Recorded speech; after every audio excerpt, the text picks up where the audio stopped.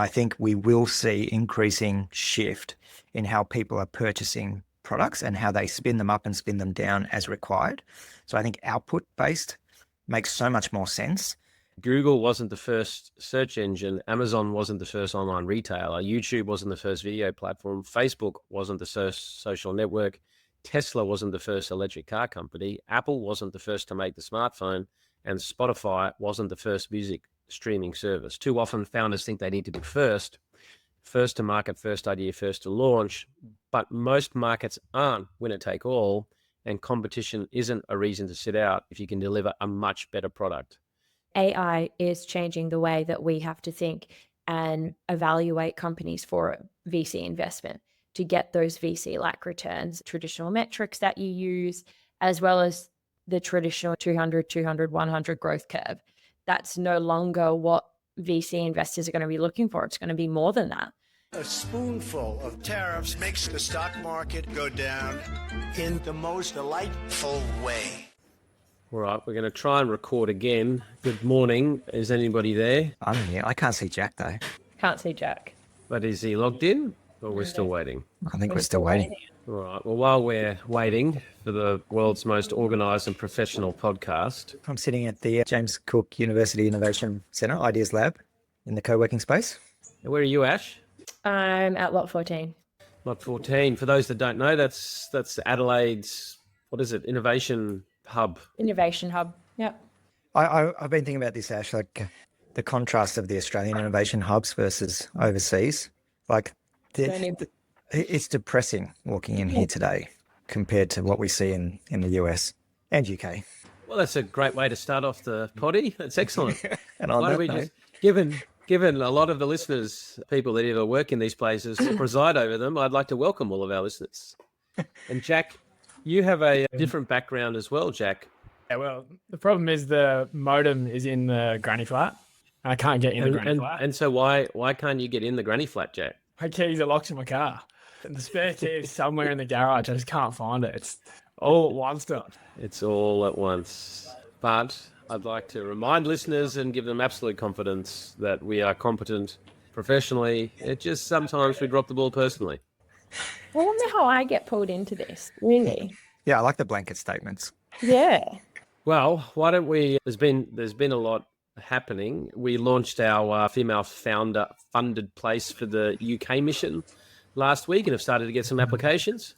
Yeah, it's good to see the applications rolling in. So they're open for until the end of next week. So if you are a female founder looking to explore the UK market, please do jump on. And we also have the offsite come up really soon. Myron was reminding me that we're only 8 weeks from London and less than that to the offsite. It's all coming up quick. Hi, listeners. There was an error with the recording. Someone who will remain nameless has obviously clicked the stop record button rather than the mute button. And so there was a bit of conversation missed around the offsite, which I won't bore you with. We then segued into recapping on the tariffs because the tariff situation has created quite a bit of noise. And I shared a fear that I didn't think that it was going to dissipate all that quickly. And I think we were strapping in for quite a long-term situation, partly because of Donald's personality, but also the main foe here in China. They take a very long-term view, and actually US accounted for less of their exports than I'd imagined. And I then went on to play the following video, which was an interview with a US news reporter and an ambassador from China. Is that in this scenario, to use your metaphor, the US has the bigger gun, and so China ends up having more to lose from this trade war, doesn't it? You know, it can't sustain the loss of 15% of its export market, i.e. what you export to the US. Not at all. China is fully prepared to fight to the very end because the world is big enough that the United States is not the totality of the market in the world. So if the United States wants to go in that direction of completely shutting itself out of the China market, be my guest. Yeah, and China will lose the US market, which, as I've said, is 15%. We don't care. We don't care. China has been here for 5,000 years. Most of the time, there was no United States, and we survived. And if the United States wants to bully China, we will deal with the situation without the United States. And we expect to survive for another 5,000 years. So, like those kinds of words from an ambassador doesn't tell me that there's going to be a lot of capitulation. And it's an interesting point. China's been here for 5,000 years. For the most of the time, there was no America. I think we're in for a longer term haul. Totally. And I love that attitude that America makes up 15% of their trade. Therefore, there's that the markets will find a way around. And we'll just, even on the course of the UK last week, the amount of discussion now about doing business elsewhere, like the capital will flow. And I think we'll keep seeing the consequences of this with different countries implementing different strategies and policies and tariffs and counter tariffs. This has a while to play out. Yeah. And if it's concerning Donald in any way, given this little video, he doesn't seem to be showing it. A spoonful of tariffs makes the stock market go down. The stock market go down. The stock market go down. A spoonful of tariffs makes the stock market go down in the most delightful way. Donald doesn't seem to be worried. Oh, I love the internet. The internet for the win. Is something else done. Yeah, it's pretty wild. I don't want to get too early into charts, but it is relevant. Not that I seem to be able to share my screen at the moment, but I'm going to try on this one. Can you see a screen there at all? So this is a chart for those at home that surveyed all of Americans and then Republican or Republican-leaning Americans. And it asked them, would America be better off if more Americans worked in manufacturing? And it was like 80 to 85% said yes. They then asked the same people, would you be better off if you worked in a factory? And surprisingly or unsurprisingly, only 20% roughly said yes. So it's, yes, I want it for America. No, I don't want it for me. One of the videos that's been going around in the last little while is Dave Chappelle from 8 years ago talking about this stuff, saying, I want to wear Nikes, I just don't want to make them. And how have the memes been of the Americans working in sweatshops manufacturing all these products? Dead. Yeah. So, yeah. I remember a survey once where they surveyed Americans and asked them about increasing taxes on the rich. And their preference was no, because they all believe that one day they will be rich. They will be that person. And they've been sold that dream and that narrative. And yet, as we know, most are not going to make it there. And their lives would probably be better off if there was that higher tax rate on the rich. So that's all a little bit of a lead up to an article that was in Capital Brief by Bronwyn Clune, who had interviewed a range of VCs in Australia just around this whole tariff uncertainty. And there was a few comments in the article. So James Cameron from Airtree said that software developers shouldn't be complacent. No founder should underestimate the broader disruption that tariffs can trigger. If you're running a software startup and your customers sell physical goods, you should be prepared for increased churn risk, longer sales cycle, and tightening budgets. I think that's probably right. We're starting to see some of that. Elaine Stead from Main Sequence provided advice. It says her advice to startups is less reminiscent of COVID, but more about the tech wreck that hit in 22 as interest rates began to rise for the first time in a decade. In uncertain times, capital gets tight and it becomes harder to access. So it's smart to extend runway where you can and pivot to a clearer path to profitability. Rain Ong, also known as Ryan Ong or Ryan Wong or Rain Wong, for those that know some of the complexity of getting his name right, especially in this podcast. Shout out to Rain, and yes, you can talk to my manager if you need to. He said he wasn't initially concerned about the tariff threats, given his focus on B2B SaaS, but recently that's changed. He says tariffs create uncertainties, so sales motion slows, budgets become tight, and that might have short-term impact on portfolio companies. Paul from Rampus cited that he believed that there was going to be chaos in the M&A market, which is a worrying development, given acquisitions have become a crucial liquidity event, and the article goes on a little bit more. So there's a few VCs sounding, I wouldn't say alarm, but caution. I think that sentiment that Rain talks about, like for me, the key thing here, listening to people in the US, was that uncertainty. And a few combos post our trip back into our networks there, that there's a lot of talk of conferences, like the big US conferences going on hold or being postponed. And as we know, that's a key channel to market for a lot of Aussie companies or international companies entering the US. So I'm definitely nervous about that. I think as an investor, these moments are where we see those businesses succeed that are a must-have, where there are direct benefits and few alternatives, and it's not just relying on a discretionary spend. But I do see that sales cycles are going to take a hit. I think it's going to take much longer to close enterprise customers, corporate customers, SME. So I think uncertainty is a key thing for me. And when there's uncertainty, people tend to be a bit more patient and take their time. Yeah, I think it's patience, but it's also some people will just hit pause and continue with the current path instead of potentially putting capital to pivot a business or putting capital to a different go-to-market strategy or marketing. And so I think some of the go-to-market timeframes in terms of when they're planning to hit certain targets may also get extended. I think uncertainty comes with an increased cost in my mind. That's really the bottom line that I've seen through my career so far. With any time there's markets is in flux, it comes at a price and it comes with uncertainty. I have been seeing some ads on socials targeting investment opportunities because of the way the markets have gone, kind of these alternative asset classes. So I'm seeing a spike in that in the last few days. I don't know if it's just being targeted, and the other thing, talking to a couple of our portcos, because we love IoT, we love software wrapped in plastic, the manufacturing aspect. So those that are manufacturing PCBs out of China, and that potentially being a restriction on trade in the US now, conversations around what does that look like? And do we just go and explore other markets and just ignore North America for now? Yeah, I think to your earlier point, Ash, what's happening is people are just, in a lot of instances, pausing. They're just not making a decision. And often we get founders pitch us, and when we say, can you give us an overview of the competitive landscape? Some of them will say either there's a very low competitive landscape or there's no competitive landscape. When in actual fact, the biggest competitor is the customer doing nothing. They can just choose not to do anything. And I think we're about to see a whole lot of companies just decide not to do anything for the meantime, because uncertainty creates risk. Risk tends to create some fear. And what humans tend to do is say, okay, I'm going to wait for it to come through. So I have a feeling that's what we're going to see significantly through the system. Jack is back. Well, what I'm going to do is I'm going to quickly segue to this next bit before we lose you, Jack.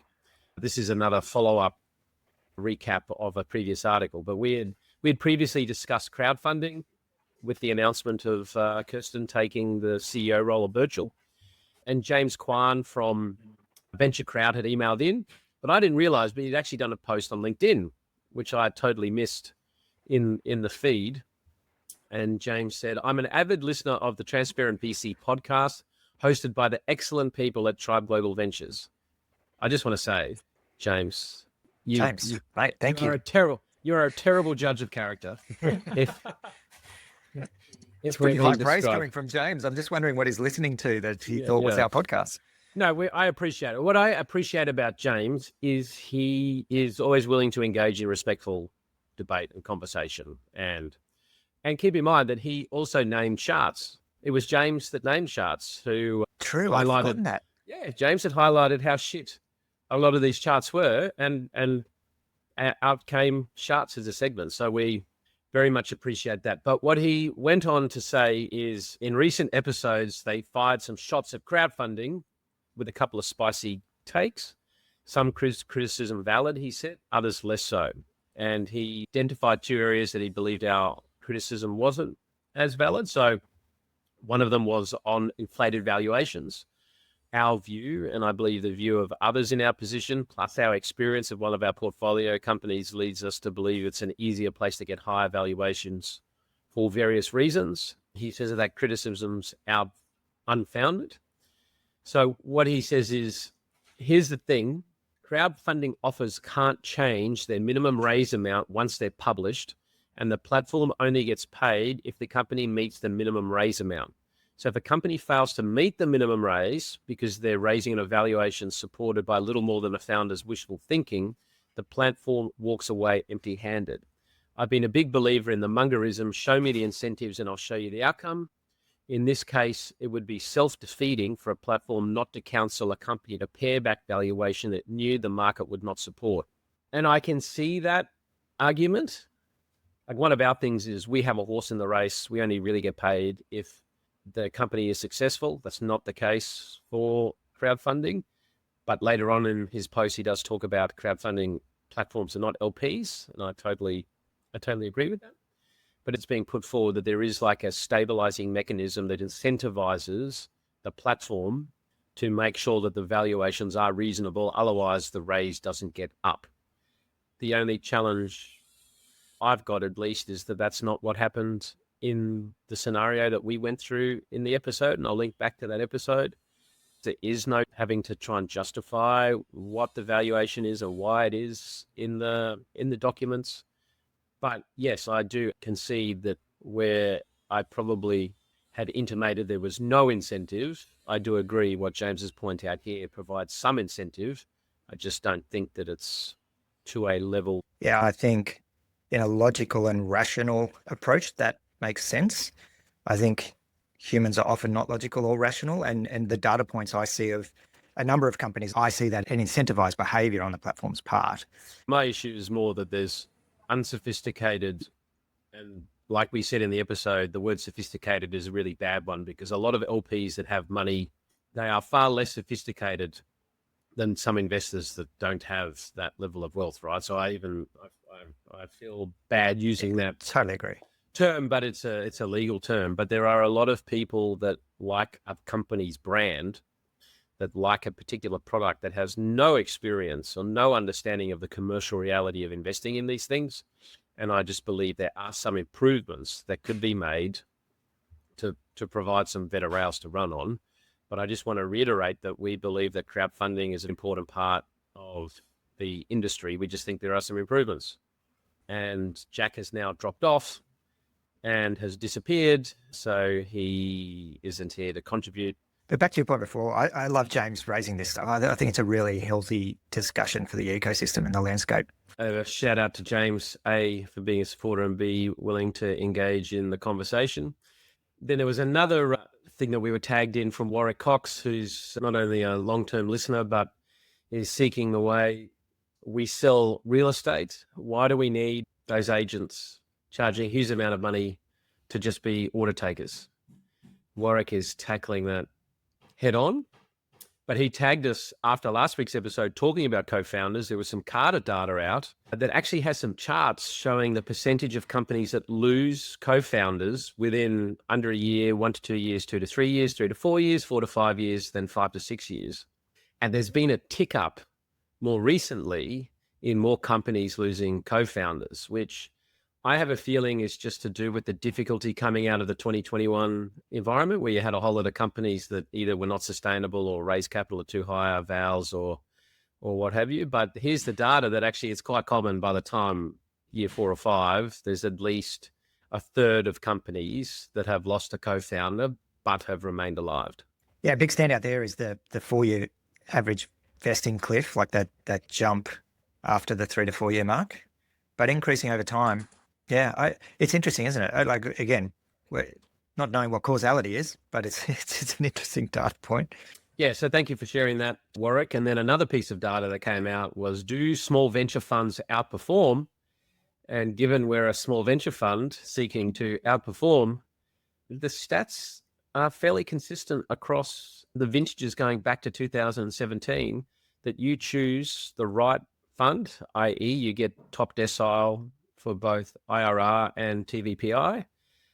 Like, it's a big difference in your returns, small versus large. And what's the definition? The fund sizes are effectively 1 to 25 million and 100 to 250 million. Yeah, it's awesome seeing this data, and it just confirms what we keep saying. Smaller funds and also the separate data set of emerging fund managers tend to outperform the larger funds. Makes me feel better. Yeah, absolutely does. Well, you won't overperform if you try and be too creative and fake too much. And there was an article out in TechCrunch that a founder and a former CEO of a company called Nate, an AI shopping app that promised universal checkout experience, was charged with defrauding investors on Wednesday, according to a press release from the US Department of Justice. He founded the company in 2018, raising over $50 million from a who's who of investors. Now, Nate's heavy usage of AI contractors was the subject of an investigation by the Information 2022. Essentially, he's been charged with fraud because he made out there was all AI, but actually had a series of people sitting in regional back offices doing all of the legwork. And it was a bit Theranos It didn't actually exist. Well, Theranos, Tesla self-driving, even Nikola, the founder of Nikola, did you see he got a pardon? And I always felt I didn't see that. because he went to jail for a $80 million fraud or whatever. But I always felt a bit bad for him because he only did what Elon did, but he went to jail and Elon never did. So the fact that he's out, I'm not advocating for fraud, but I am advocating for a bit of equality. But anyway, I think it does highlight you got to be careful. Whilst a lot of founders talk aspirationally and have desires to achieve certain things, you've got to be careful. If you raise money off the back of certain things and it turns out not to be true, that's a little word starting with F. Yeah, and I think this is obviously top of mind for everyone given recent market dynamics. But yeah, I do think it is something that as investors, I think we've talked about this as a team, and particularly the last month with everything happening, where we're very cognizant of making sure that we are doing the due diligence. And I think particularly if you are an angel investor and you're not relying on professional management, you have to keep digging, have to keep asking those questions. Yeah. I remember when I was in Steve Baxter's family office for a very brief moment of time, and he was on the board of Startup Catalyst and founded Startup Catalyst. He had this little rule, which was even a dollar misrepresentation of finances in a founder's figures, that was a big enough red flag for him to walk away, because he saw it as systemic of a pattern of behavior. And it always stuck with me. I think it's tough for founders who are trying to boil the ocean and sell the sizzle, but when things deviate over that line and cross into fraud and misrepresentation, that's obviously a massive issue. And look, we see it. We've seen some misrepresentations in things that come through, and it's a huge red flag. Once you see that, you just can't proceed with a round. My brain has just reminded me of a reel that you may tell me I'm not allowed to keep in here. Oh, here we go. There's no such thing as autopilot or self-driving. Like, seriously, you think a little robot is doing all that? What's actually happening is that every Tesla has a live camera running, and there's an employee in India for every car. Their only job is to drive the car for the Tesla owner. The robot isn't deciding whether to hit the old lady or the kid. That's the Indian guy's call. I feel like we need in-house legal counsel. But what I like is that with all of this productivity that was going to come from AI, all that's happening is deep fakes of Elon and Trump saying outrageous things seems to be where the majority of the capital investment seems to have gone. Yeah, what's that old mantra? The world promised hoverboards and we got Twitter. It's like that. Yeah. Well, one company that you can't say has faked anything in terms of the value that is delivered has been Canva. And Canva has just come out with some huge updates. There was a post by Wesley Chan. I just watched Cliff, Mel, and the Canva team launch 6 new huge AI features at Canva Create, their huge user conference. There were gasps from nearly all the attendees when they launched Canva Sheets, their new AI-powered spreadsheet product where it auto-generates the graphs and formulas for you, and Canva Code, which uses Gen AI to write your own set of apps and then design the UI elements inside Canva. That was just 2 out of the 6 features unveiled. These look like huge updates, but I think reinforce the pattern that we see, that the world's big successful companies that are doing multiple products and multiple features, they started off really niche with a particular product for a particular target market. They become dominant and then they start adding lots of things. Whereas too often entrepreneurs try to start with the whole suite. These are all the things we could do. These are all the markets we can go after. This is all the value we can provide. But they then never get the critical mass to actually achieve it. And I think this is Canva just repeating that pattern and leveraging their unbelievable user base into new productivity tools. I do think they've been clever, though, in terms of the heart of their target market has still stayed the same, in terms of this was initially designed for design people, and then they made it more and more user-friendly. And even with them coming out with a Excel or Google Sheet type of competitor, it has been designed for design purposes. It's not so much about the spreadsheet itself, like an Excel is. It's actually about being able to utilize it to create graphics, and they're making it really easy to create graphs. So it still has that design first nature, which I think is actually, for me at least, a great leading indicator that they are still thinking about their core target market. Yes, it has a broader application now, but it is still a design first platform. Yeah, and I think for me, the thing this reminds me of is Ed Keelan's post on the tilt when you're looking at your TAM. And I often think about if Canva had started as selling to enterprise, I don't think it would have been nearly as effective. They likely would have failed. And so sometimes when you're doing something that is so new, understanding your initial pathway to market, understanding that initial ICP, and in the future, that opportunity to then tilt into another ICP or another market. And I think they've just done that so well. And you can see where Canva's heading. Like, it's becoming the AI of business content gen. And particularly that shift into the Excel, creating the charts and everything just automatically off the data on the screen. You can see it becoming that Atlassian type play, broad spectrum products deeply embedded.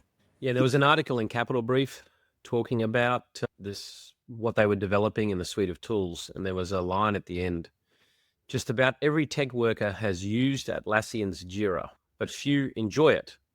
Canva, once adored, may learn what Atlassian already knows. Being loved is nice, but being indispensable is better. And really what they're trying to do is drive up the switching costs, driving up that indispensability, because that's how you create stickiness. If they were to just stick to Canva in its current form, like, I think that's going to end up being commoditized, and there's already a whole lot of tools out there that are now reasonably similar, but you go and keep adding these things, you become indispensable. Yeah, I totally agree with that. I still have this thing from the US, I still have this reflection from the US trip around small markets. We tend to fixate on UX. Big markets, it's more about that true value prop. And yeah, I think of Craigslist. Like, you get value without it looking pretty. It's not nice to use. And Jira is one of those products that absolutely is in that class. Yeah. But with what Canva's done, obviously leveraging AI, and there was an article that you found, Ash, that talked about, is ARR dead? In the world we invest in, there's a central obsession with, well, what's the ARR? What's the growth rate? That is the core thing. In the article says, AI is killing many things, and it has accelerated the death of the traditional concept of ARR. Why should we care that ARR is dead? Well, if ARR is dying, then so are traditional software metrics and benchmarks that we rely on. But the issue is that companies are operating as if nothing has changed. They treat everything as ARR and are using the same finance metrics as before. Here's some things that made ARR so valuable.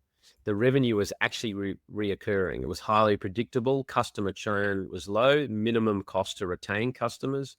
Customers naturally expanded, and very high gross margins.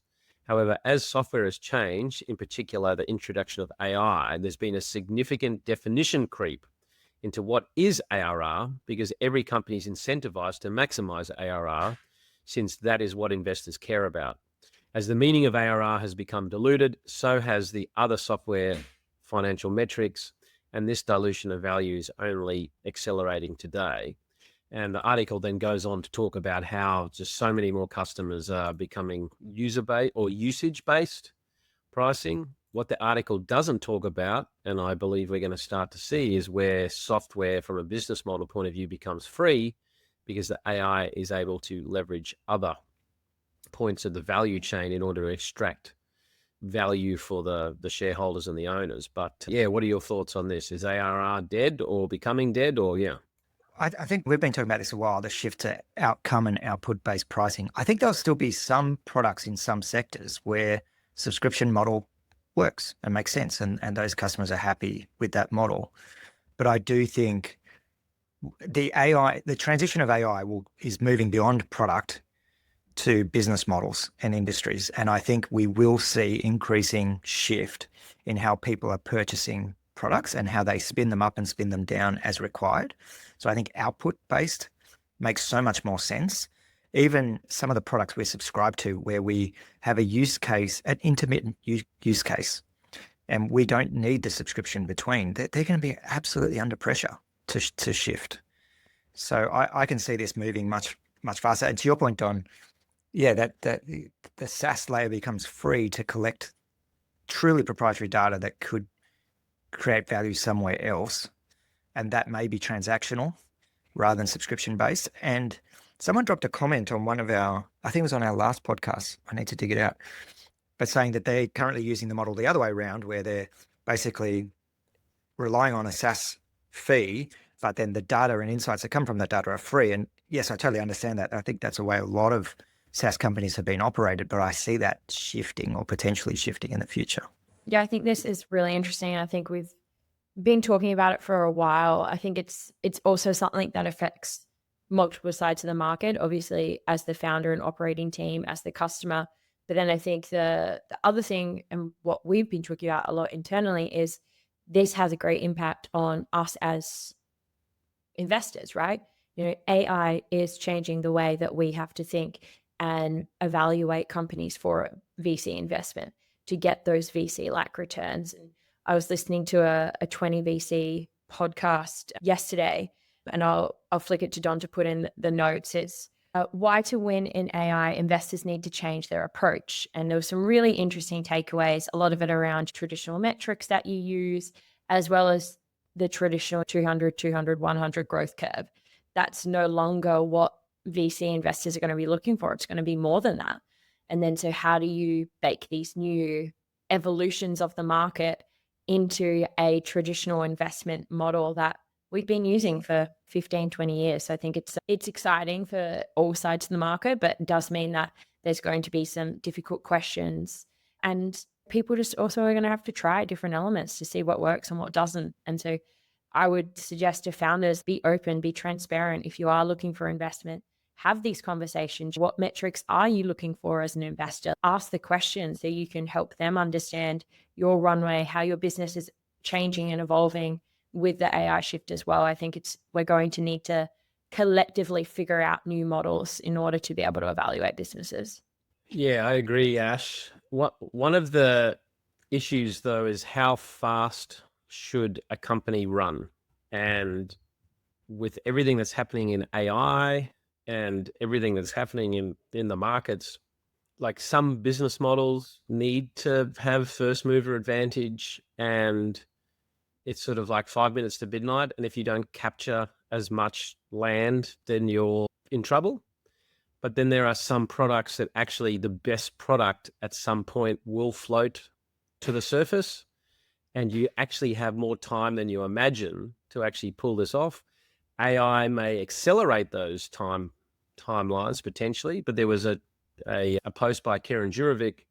He said Google wasn't the first search engine, Amazon wasn't the first online retailer, YouTube wasn't the first video platform, Facebook wasn't the first social network, Tesla wasn't the first electric car company, Apple wasn't the first to make the smartphone, and Spotify wasn't the first music streaming service. Too often founders think they need to be first to market, first idea, first to launch, but most markets aren't winner take all, and competition isn't a reason to sit out, especially if you can deliver a much better product. You don't need to be first, you need to be best. And I think this is an area of a lot of conflict and challenge. It's do I concentrate more on the product side, or do I concentrate raising venture capital to go hell for leather? Because if I don't own this market tomorrow, then I'm never going to own it.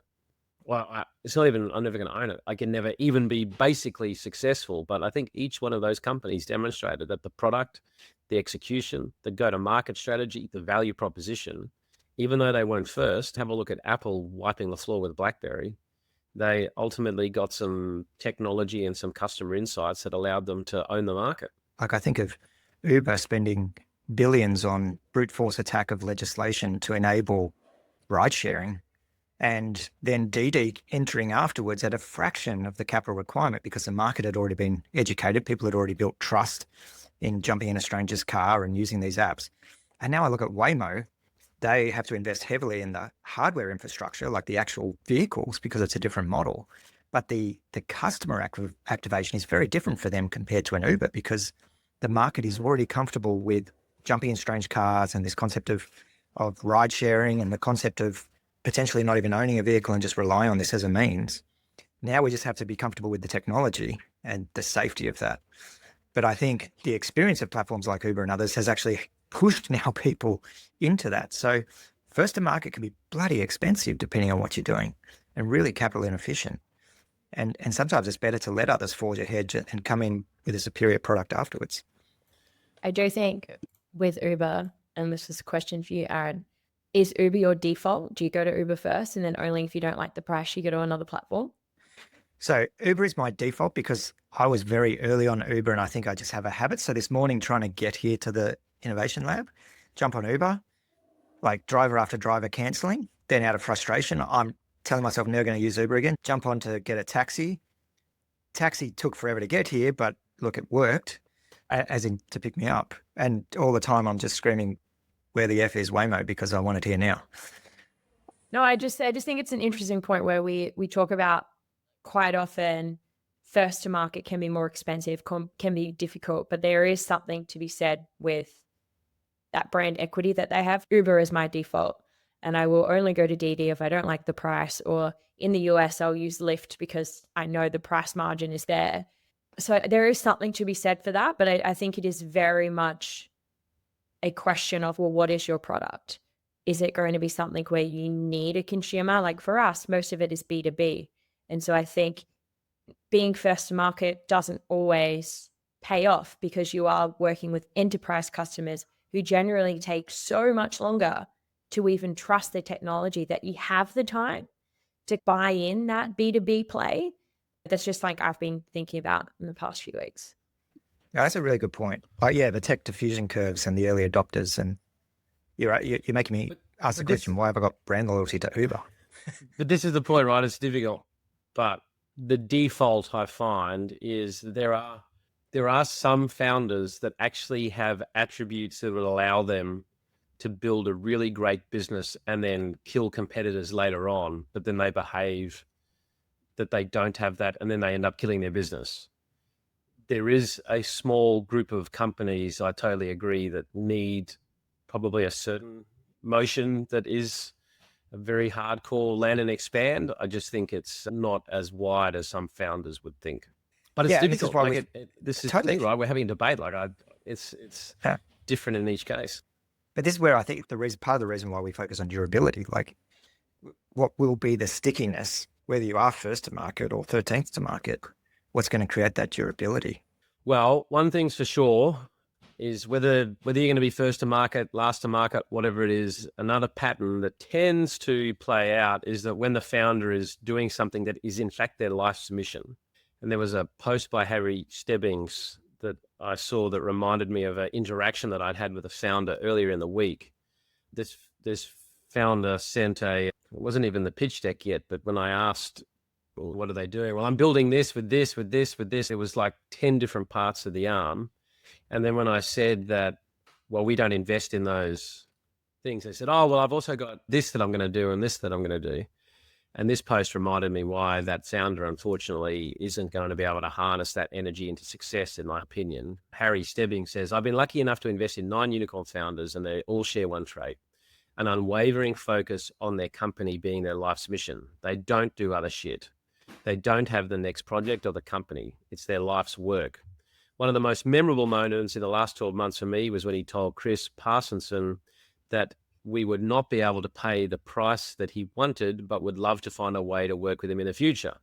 He told me there would not be another company, as this was his life's work. So it was now or never. He felt the intensity, the passion, and the commitment. And then he said he invested in whatever else. But I think it's true when somebody is all in, and you can tell there's this intersection of competence, passion, grit. It's actually grit over all the other shit that they tend to get sold. People that have too much distraction. And I say that from me, I do genuinely believe venture is my life's work. It's the bit that I'm absolutely passionate about, but I've got these historical tentacles that I just need to resolve that distract me, and I feel it. And if you're just focusing on something, you don't have the context shifting and all the other crap. Yeah, I was chatting to someone the other day, and with everything going on in the world, we've timed it remarkably well to be raising a fund.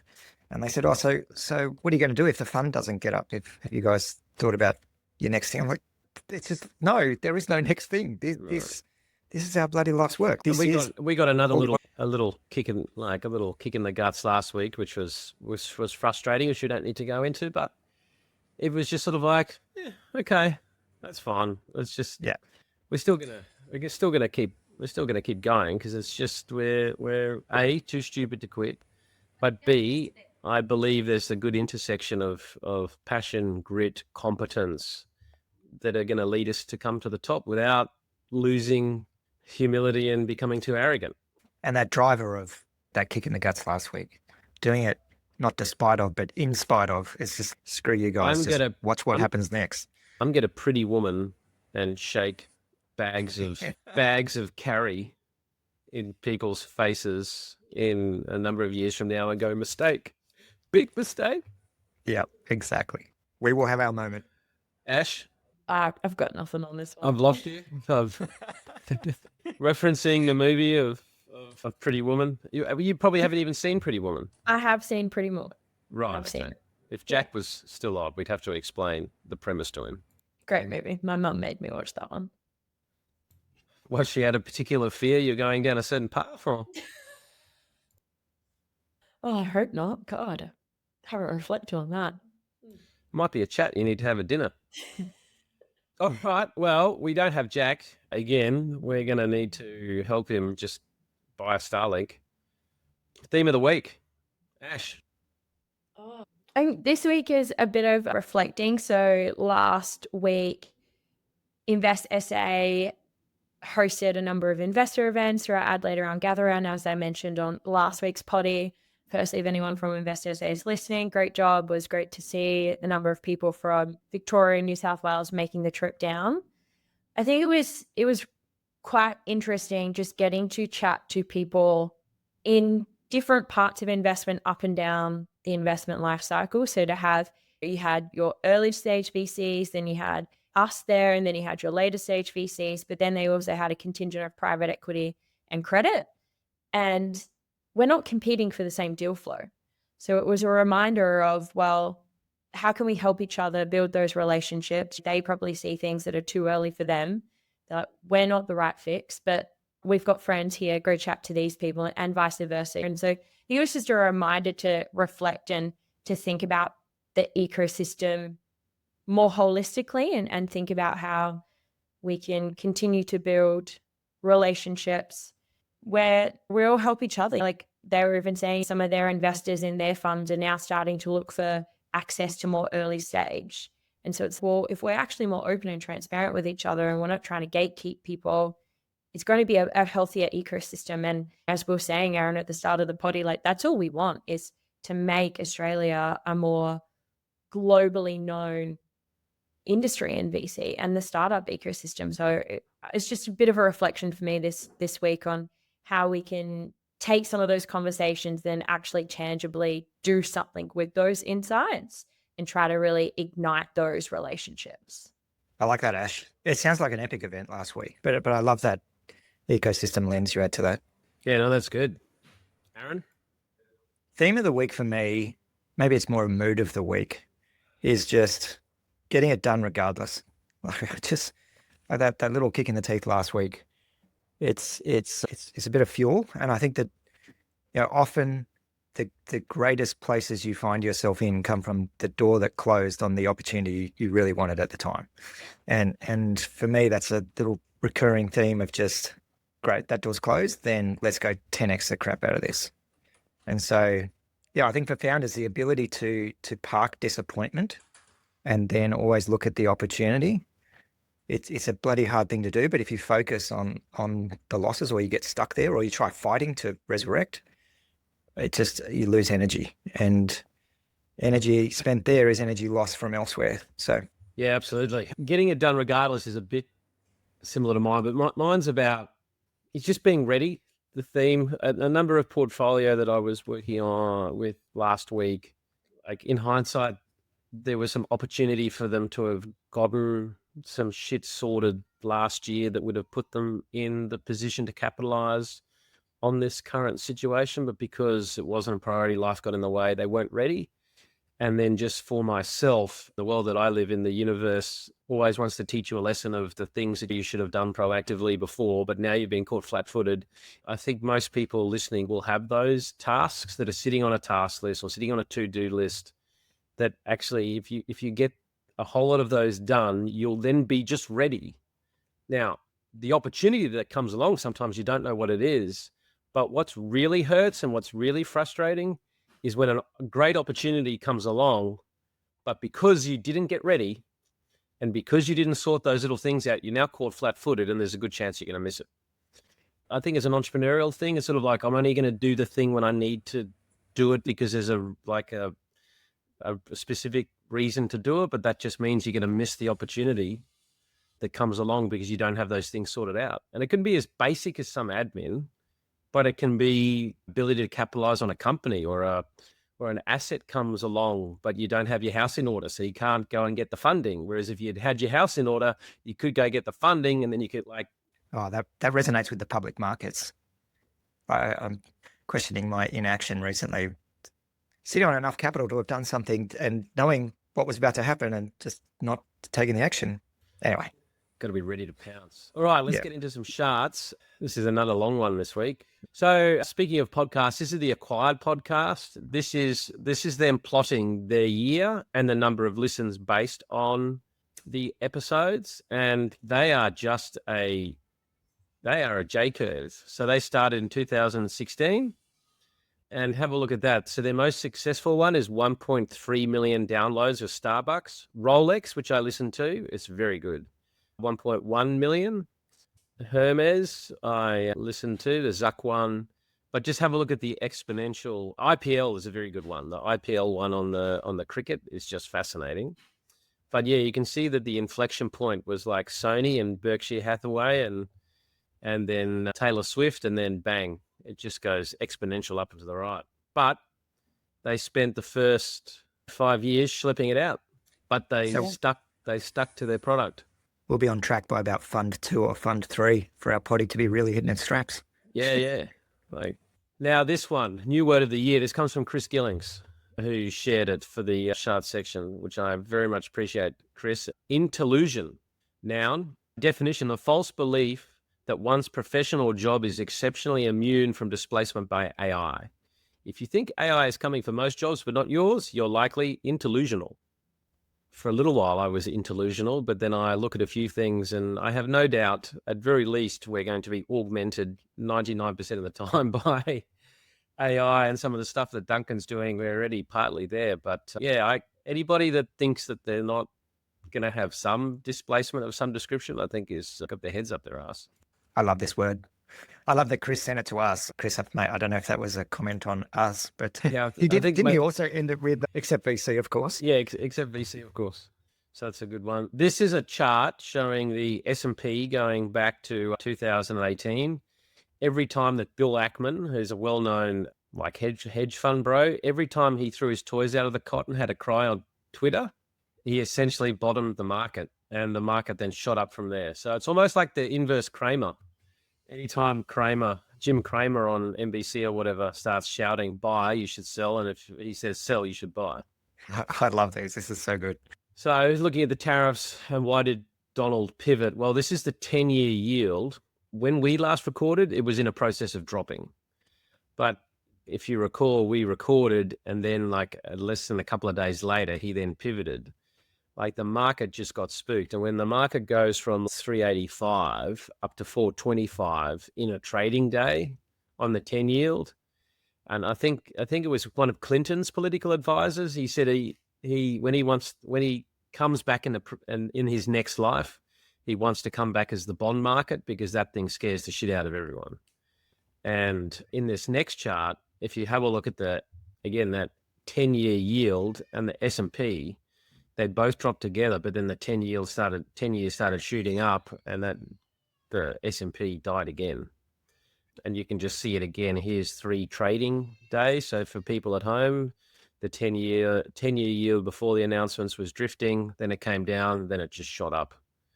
Now, Donald would never admit that, but when you've got so much US debt and that USTs underpin the financial markets, like when you have that much acceleration, you've got to take notice. What's interesting is that the dollar index and the US 10-year yield used to march pretty well from a rate of change point of view, right? When one was going down, the other was going down. When one was going up, the other was going up. But have a look at this. The 10-year and the dollar index is absolutely decoupled.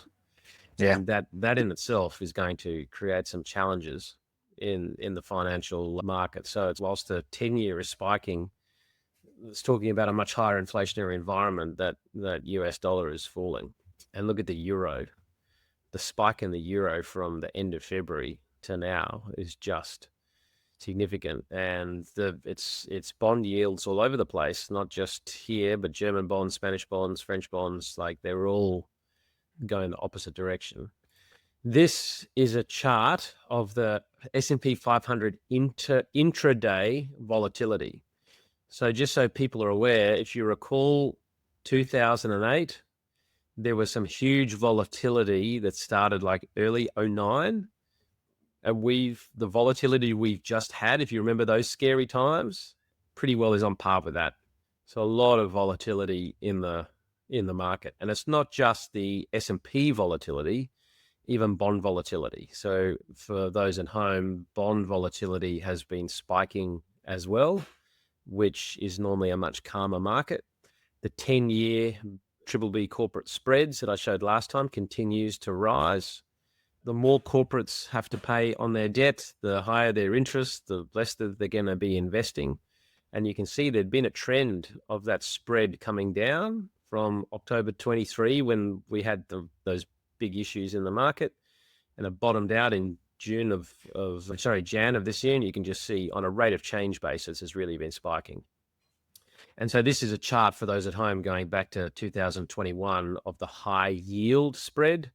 And it had been falling since the big rout of 22, where we were in our peak negativity. It's just been falling, making lower highs, lower highs, lower highs. But it's broken out and made some higher highs, which from a technical point of view, people point towards, okay, it's broken trend. Crude oil is signaling that we ain't in Kansas anymore. And the fact that crude oil continues to drop significantly, this is the WTI contracts of light crude oil, like we'll start to see that fall more. Gold continues to spike.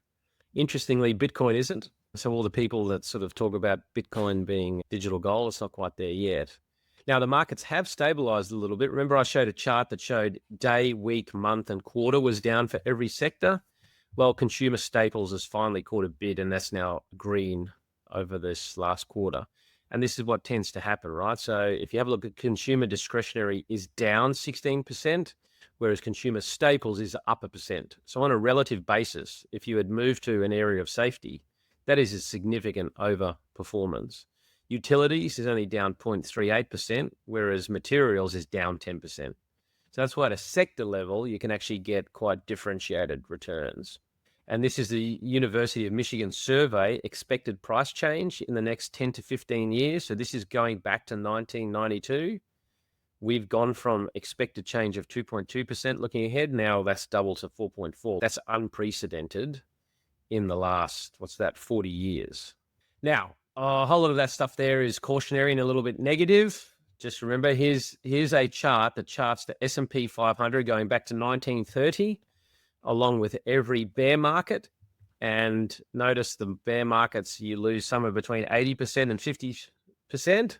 But if your grandfather had tucked away $100 in S&P in 1940, I haven't done the calculation, but what's 6,000 times 100? So it's more about time in market rather than timing of market. Now, Aaron, we had observed in San Fran and Denver, it just seemed so quiet, and there didn't seem to be many people in the touristy areas. Well, here's some charts of Europeans traveling to the US, and it's cratered. Like it is down, like from Denmark, Germany, Iceland, Norway, Spain, Sweden, the UK, it's down between 20 and like 35% reduction in visitor numbers out of these European countries. Yeah, and specifically, like that highlighted section there, that's from when Trump came into power. Look at that drop off a cliff. Like that is just, and like we send it. So it's not just the thing that I see is a whole dismantling of so much of the different parts of the US. I don't understand how growth doesn't slow. Right? Like it's going to be interesting. I know I've still got some other charts here. This is the RBA market pricing. So with all of the stuff happening, the futures markets at least are predicting that we're going to have 1.5% cut from our interest rates. But just this chart also shows all of the historical predictions going back from 2010. And what we do know is that they almost are never right. Have a look at those like predictions at the time and then the actuals. Like it's You just can't a even mess. say that. Yeah, you can't even say that the mean or median of the predictions was even right. Like If you're now, a- just everywhere. If you're an economist, would you even admit that you're an economist or that you're a forecaster? If this was your results, would you even turn up to a party and say, I do this as a vocation? I'm a retrospective economist. I can actually predict the past. Mate, I don't think half of them could do that. This is dwelling values, 12 months either side of the 1987 crash. Remember we lost 50% in a couple of days or whatever? Well, this is the dwelling values. This is property. So again, Australian property, if you have a look at that, 12 months prior was going up and 12 months after still went up. Australians just went, we don't give a fuck. And that was 40 years ago. So property, it seems to at least be somewhat resilient to those things. But here's the either side of GFC. And I do remember we had the GFC in 08, 09, but I remember Australian property didn't bottom till 12. Like I remember the Gold Coast market, there were some people there that couldn't give away some properties. Gold Coast was hit hard that cycle. I reckon some of those properties would be worth 4 or 5 times now what they went for. But yeah, and then here's dwelling values through the global pandemic, and you can just see we had this very slight dip in like early 2020, and then it was just up to the races. All right, let's get into more of the meme type thing. So point of view, this is a picture. You're in a meeting with HR because you nickname your co-worker tariff for costing the company more than they're worth. I saw this one. I love that. So here's the original face changing app. It's a mirror and a bunch of magic mushrooms. I didn't even know what that was. Jesus Christ. That's the original face change app. And then a bit of motivation. Do crackheads say, I can't get high today because I'm broke? No, they make it happen. Don't let a crackhead try harder than you. Oh, jeez. Well, given my reflection of the week was we're going to make it happen regardless. Oh, wow. Definitely shots. You got to take energy from somewhere. No, am No, you do. Am I alone? Just not sure why it has to be there, but Yeah. No, it's not where I'd go, but each to their own, Don. We're all individuals. We all have value. Yeah. Okay. No, it's good to feel supported. All right. What are we looking forward to? Oh, Easter, long weekend. Sun is shining in Adelaide. It's 30 degrees today. We've got monsoonal weird weather here. It just keeps raining and raining. landing in Cairns, Brisbane's more humid. I don't know what's going on. It's weird. Cairns is cooler than Brizzy right now. But we're going out to the farm. I've got 27, I think, which is going to be interesting. But I've got a few projects, building a shed, fixing part of the barn. Easter egg hunt, surely. Yeah, Easter egg hunt where I lecture everybody on letting the kids have too much sugar for breakfast and then get shouted down. Just the usual. If the reaction to the thing is bigger than the thing. The family chat has been changed to name of Sugar Degenerates after I had a little spit at a Sunday fun day the other day. So anyway, I think we can't come back from. I've got a week in Moreton the week after next, testing out the new Forby. So yeah, nice. That'll be fun. I look forward to catching up with Jack, given we don't seem to be able to. We just don't talk anymore. He's off All the right, Christmas list, hey? Yeah. All right. We'll catch up. Bye. Thanks, legends. See ya.